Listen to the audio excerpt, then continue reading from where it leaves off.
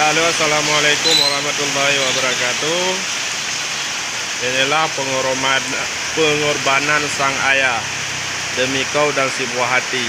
Dia rela mencari nafkah, mencari makan untuk istri dan anaknya, biarpun diguyur dengan hujan yang lebat, tapi beliau tetap sabar, tabah.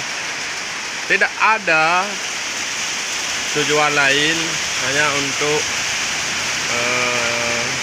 buah hati di rumah, istri yang di rumah. Inilah kondisi seorang pedagang durian. Beliau rela berjualan di